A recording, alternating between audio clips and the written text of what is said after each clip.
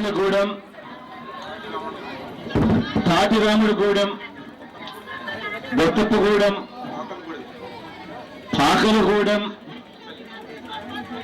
బెడదనూరు, లంకపల్లి, నారాయణపురం, గోపురం ఈ గ్రామాలకు సంబంధించి చింతలపూడికి సంబంధించిన లిఫ్ట్ ఇరిగేషన్ ప్రాజెక్టులో భాగంగా ఈ గ్రామాలలో ఒక రిజర్వాయర్ కట్టి ఆ రిజర్వాయర్లలో నీళ్లు స్టోర్ చేయడం ద్వారా రైతు నీళ్లు ఉద్దేశించే కార్యక్రమం ఏదైతే జరుగుతూ ఉందో అది మంచి కార్యక్రమం.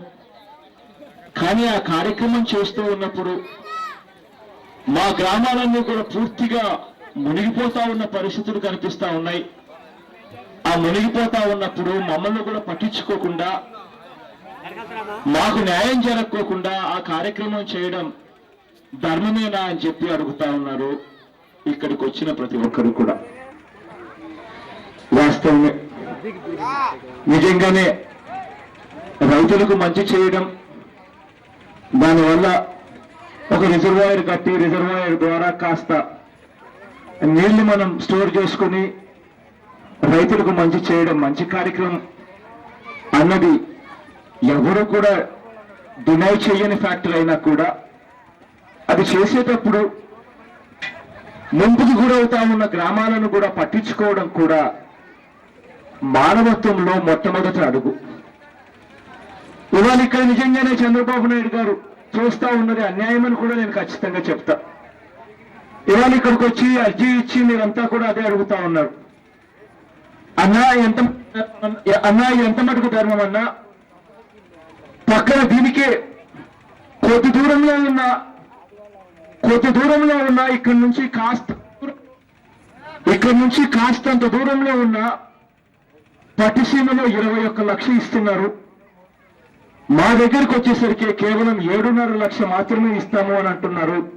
ఇది ఎంత మటుకు ధర్మం అన్నా అని చెప్పి మీరు ఈ లేఖలో రాస్తూ, ఈ ప్యాకేజీలో మాకు ఇస్తామన్న కాంపన్సేషన్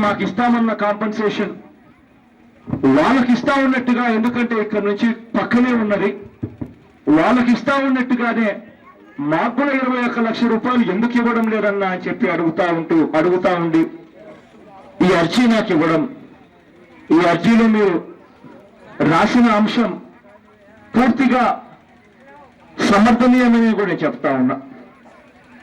ఎక్కడైనా కూడా ప్రాజెక్టులు జరగాలి అని ఎవరైనా ఆశిస్తాం. ఆ ప్రాజెక్టులు కట్టే ఖర్చులో పునరావాసానికి సంబంధించి మునిగిపోతా ఉన్న గ్రామాలు ఏదైతే ఉన్నాయో, నిజంగా ఆ గ్రామస్తులు కూడా మళ్ళీ బ్రతకడానికి వాళ్లకు ఊరటనివ్వలేకపోతే, ఆ గ్రామస్తులకు వాళ్ళు చేసిన త్యాగానికి మనం గుర్తించకపోతే, వాళ్ళు చేసిన త్యాగానికి మనం వాళ్లకు సరైన పరిష్కారం చూపకపోతే వాళ్ళ ఉసురు తగలదా అని చెప్పి నేను అడుగుతా ఉన్నా చంద్రబాబు నాయుడు గారు. నేను ఖచ్చితంగా మీకు తోడుగా ఉంటాను. ఖచ్చితంగా మీకు 21 లక్షల రూపాయలు ఏదైతే పట్టిసీమలో ప్యాకేజీ ఏదైతే ఇస్తా ఉన్నారో, ఖచ్చితంగా ఇక్కడ కూడా అదే రకమైన ప్యాకేజ్ ఇక్కడ కూడా ఖచ్చితంగా వర్తింప చేయాలి. ఎందుకంటే అది పక్కనే ఉంది అన్నదానికి నేను పూర్తిగా మీకు మద్దతు ఇస్తా ఉన్నాను అనుకుని ఖచ్చితంగా అమలు చేయాలి. ప్రాజెక్టులు కట్టాలి. రైతుల ముఖంలో చిరునవ్వులు చూడాలి. అన్ని వేల కోట్ల రూపాయల ప్రాజెక్టులతో పోలిస్తే వీళ్ళకిచ్చే రేట్లు చాలా చాలా తక్కువ. మొత్తం ప్రాజెక్టుతో చేసే వ్యయంలో భూములకు సంబంధించి వీళ్ళు కేటాయింపులు చేస్తా ఉన్న 21 లక్షల రూపాయలు ఇచ్చినా కూడా మొత్తం ప్రాజెక్టు కాస్ట్లో అది 3-4% కూడా ఉండదు. అటువంటిది ఖచ్చితంగా ఇది ఇవ్వడానికి కూడా వెనకడుగు వేయడం, ఇది ఇవ్వకుండా రైతుల మధ్యనే, ఊర్ల మధ్యనే, ఒక ఊరికి ఇంకొక ఊరికి మధ్య, ఒక రైతుకు ఇంకొక రైతుకు మధ్య మనమంతటా మనమే చంద్రబాబు నాయుడు గారు ప్రభుత్వం దగ్గర ఉండి చిచ్చు పెట్టించడం, నిజంగానే పెట్రోల్ పోసి నిజంగా పొలం అగ్గి పెట్టడం ఎంత మటుకు ధర్మం అని చెప్పి నేను చంద్రబాబు నాయుడు గారిని గట్టిగా అడుగుతా ఉన్నా. ఈ గ్రామాలు ఏదైతే చేస్తా ఉన్నాయో ఖచ్చితంగా ఈ గ్రామాలకు సంబంధించిన రైతుల ముఖంలో కూడా చిరునవ్వు కూడా చూడడం కూడా అంతే ధర్మం. ఖచ్చితంగా మీకు న్యాయం జరగాలి, రిజర్వాయర్ కట్టాలి, ఈ రెండు కూడా జరగాలి. ఈ రెండింటి కోసం కూడా గట్టిగా ఉద్యమిస్తాం. పొరపాటున చంద్రబాబు నాయుడు గారు ఇది చేయడంలో వెనకడుగు వేస్తే మాత్రం మీ అందరికీ నేను ఒకటైతే ఖచ్చితంగా చెప్తా ఉన్నా, ఎల్లకాలం చంద్రబాబు నాయుడు గారి ప్రభుత్వం ఉండదు అన్నది మాత్రం ఖచ్చితంగా గుర్తుపెట్టుకోండి. ఎన్నికలు వస్తాయి, సంవత్సరానికి వస్తాయో 2 నెలలకు వస్తాయో నాకైతే తెలియదు, కానీ ఖచ్చితంగా ఎన్నికలు వస్తాయి.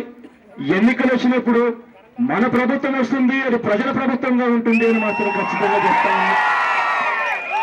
ఖచ్చితంగా ఆ ప్రభుత్వంలో మీకు ఇవ్వాల్సిన ప్యాకేజ్ ఖచ్చితంగా మీకు ఇచ్చి మీ ముఖంలో చిరునవ్వును చూస్తూ ఖచ్చితంగా అక్కడ రిజర్వాయర్ కూడా కట్టి రైతులకు న్యాయం జరుగుతుంది, మంచి కూడా జరుగుతుంది అని కూడా గట్టిగా చెప్తాను. మీరు ఇచ్చిన అర్జీని కూడా ఎప్పటికీ నాతోనే ఉంటుంది. అది వచ్చేదాకా కూడా పూర్తిగా బాలరాజు మీతో పాటు అన్ని రకాలుగా అండగా ఉంటూ వైఎస్ఆర్ కాంగ్రెస్ పార్టీ తరఫున మీకు తోడుగా నేరుగా కూడా ఉంటారని కూడా చెప్తా ఉన్నా. అన్నా మేమంతా డాక్రా మహిళ మేమంతా డ్వాక్రా మహిళలమన్నా మేము చేసిన తప్పేమిటన్నా, చంద్రబాబు నాయుడు గారు ఎన్నికలకు ముందు మాట ఏమి చెప్పినాడన్నా, ఎన్నికలు అయిపోయిన తర్వాత చంద్రబాబు నాయుడు గారు చేస్తా ఉన్నది ఏమిటన్నా, ఎన్నికలు అయిపోయిన తర్వాత ఎన్నికలప్పుడు ప్రజలను ఉపయోగించుకొని ప్రజలను వాడుకొని ఆ తర్వాత ప్రజలను మోసం చేస్తా ఉన్న ఈ ముఖ్యమంత్రికి కోర్టు నోటీసులు రావాలా, లేకపోతే మాకు కోర్టు నోటీసులు రావాలా అని చెప్పి నిజంగా లక్ష్మణ్ అడగడం చాలా చాలా ధర్మం. ఇవాళ నేను చెప్తా ఉన్నా, మనము ఈ మధ్యలోనే ఒక వారం కిందట గడప గడపకు వైఎస్ఆర్ అనే కార్యక్రమాన్ని చేపట్టాం. ఆ కార్యక్రమంలో భాగంగా ప్రతి ఇంటికి చంద్రబాబు నాయుడు గారు ఎన్నికలప్పుడు ఏం చెప్పాడు, ఎన్నికలు అయిపోయిన తర్వాత చంద్రబాబు నాయుడు గారు ఏం చేస్తా ఉన్నాడు, 100 ప్రశ్నలు చంద్రబాబు నాయుడు గారు చదివిన తర్వాత చంద్రబాబు నాయుడు గారు ఎన్నికలప్పుడు ఏం చెప్పాడు, చెప్పిన పని చంద్రబాబు నాయుడు గారు ఎన్నికలప్పుడు చెప్పినవి చేసినాడా లేదా అన్నది మీరే మార్కులు వేయండి. ఆ 100 మార్కులు వేస్తూ ఉన్నప్పుడు 100 ప్రశ్నలకు సమాధానాలు చెప్తా ఉన్నప్పుడు నాకు వచ్చిన సమాధానం ఏమిటో తెలుసా? చాలా మందిని అడిగితే ఎన్ని మార్కులు వేశారమ్మా అంటే చంద్రబాబు నాయుడు గారికి వాళ్ళు వేసింది ఎంతో తెలుసా? 100కి 0 మార్కులు పరిస్థితులు. నిజంగా ఒక ముఖ్యమంత్రిగా ఉన్న వ్యక్తి, ఒక ముఖ్యమంత్రి స్థాయిలో ఉన్న వ్యక్తి, ఒక ముఖ్యమంత్రి రేసులో ఉన్న వ్యక్తి ఎవరైనా కూడా ప్రజల దగ్గరికి వెళ్ళి నేను ఫలానివి చేస్తాను అని చెప్పి ఆ తర్వాత ఎన్నికలు అయిపోయిన తర్వాత ప్రజలను మోసం చేస్తే అది ధర్మమేనా అని అడుగుతా ఉన్నా. నిజంగానే ఆ రకంగా చంద్రబాబు నాయుడు గారి లాగా నిజంగా రాజకీయ వ్యవస్థ దిగజారిపోతే, నిజంగా రాజకీయాలలో ప్రజలేం చేస్తారు కదా అని చెప్పి ప్రజలను మోసం చేస్తా పోతే ఈ రాజకీయ వ్యవస్థ దిగజారిపోయే పరిస్థితి ఇవాళ లేదా అని అడుగుతా ఉన్నా. నేను ఒకటి అడుగుతా ఉన్నా, ఈ చెడిపోయిన ఈ రాజకీయ వ్యవస్థలో మార్పు రావాలంటే మనమంతా కూడా చైతన్యవంతులం కావాలి. మనమంతా కూడా రాజకీయ నాయకులు మైకులు పట్టుకుని మేము ఫలానివి చేస్తాము అని చెప్పి ఎన్నికలకు ముందు చెప్తే ఆ తర్వాత వాళ్ళు చేయకపోతే వాళ్ళు నిలదీసే పరిస్థితి కన్నా రాకపోతే ఈ రాజకీయ వ్యవస్థ ఎప్పటికీ బాగుపడదు. ఆ మాట మీద నిలబడాలి. విశ్వసనీయత అన్న పదానికి అర్థం తీసుకొని రావాలి. రేపొద్దున దీన్ని గల మనం ప్రశ్నించకపోతే, ఇవాళ మనం ప్రశ్నించకపోతే దీన్ని రేపొద్దున ఇదే చంద్రబాబు నాయుడు గారు మోసాలు ఏ స్థాయిలో ఉంటాయో తెలుసా? రేపొద్దున చంద్రబాబు నాయుడు గారు ప్రతి ఇంటికి ఒక విమానం కొనిస్తానంటాడు,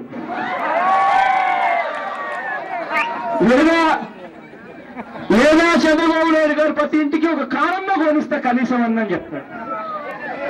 నిజంగా ఈ రాజకీయ వ్యవస్థలో మార్పు రావాలి అనంటే రాజకీయ నాయకులు అబద్ధాలు చెప్పే పరిస్థితి నుంచి జవాబుదారీతనం రావాలి అనంటే మనమంతా కూడా ఒకటై ఎప్పుడైతే చైతన్యవంతులమై ప్రశ్నించడం బదులుగా చంద్రబాబు నాయుడు గారి కదా కోర్టు నోటీసులు రావాలి, మాకెందుకన్నా కోర్టు నోటీసులు వస్తా ఉన్నాయని చెప్పి ఆ లక్ష్మమ్మ చెప్పిన మాట ఏదైతే ఉందో అప్పుడే దీనికి పరిష్కారం కూడా దొరుకుతుంది. గట్టిగా మనం నిలదీసినప్పుడు ఒకటైతే చెప్తా ఉన్న తల్లి, గట్టిగా పోరాడదాం. గట్టిగా నిలదీస్తాం. ఎన్నికలప్పుడు చెప్పిన తర్వాత ఇవాళ చేయకుండా పోతే గట్టిగా మిమ్మల్ని నిలదీస్తాం, గట్టిగా చొక్కాలు పట్టుకొని మనం లాగుతామన్న సంగతి కూడా గట్టిగా పంపిస్తాం. చంద్రబాబు నాయుడు గారి సర్కారు డ్వాక్రా అక్క చెల్లెమ్మలను మోసం చేసింది రుణాల మాఫీ పేరుతో. ప్రతి రైతన్నకు రుణాలందీ కూడా బేషరతుగా పూర్తిగా మాఫీ చేస్తామన్నారు. బ్యాంకుల్లో పెట్టిన బంగారం ఇంటికి రావాలంటే బాబు ముఖ్యమంత్రి కావాలన్నారు. ఇవాళ రైతులకు ఏం జరుగుతా ఉందంటే నోటీసులు వస్తా ఉన్నాయి. ఉద్యోగ ఇస్తాను అని చెప్పి ఎన్నికలకు ముందు చెప్పాడు. ఇవాళ ఎన్నికలైపోయాయి. ఇవాళ జాబు లేదు, 2,000 రూపాయలు ఉద్యోగ భృతి లేదు. ఇవాళ చంద్రబాబు నాయుడు గారిని గట్టిగా నిలదీస్తే ఆహో అలా చెప్పానా నేను, నాకు గుర్తు లేదులే అంటున్నాడు. ఈ మాదిరిగా ప్రజల్ని మోసం చేస్తా పోతా ఉంటే, ఈ మాదిరిగా మనం ఈ మాదిరిగా ప్రజల్ని మోసం చేస్తా ఉంటే, నేను ముఖ్యమంత్రి నన్ను ఎవరేం చేస్తారు అని చెప్పి ముఖ్యమంత్రిగా వచ్చి మోసం చేస్తూ అధికారాన్ని దుర్వినియోగం చేస్తా ఉంటే నిజంగా ఈ వ్యవస్థలోకి మార్పు ఖచ్చితంగా అందరం కలిసికట్టుగా ఒక్కటే తీసుకొని రావాలి. రాబోయే రోజుల్లో ఖచ్చితంగా మీకు తోడుగా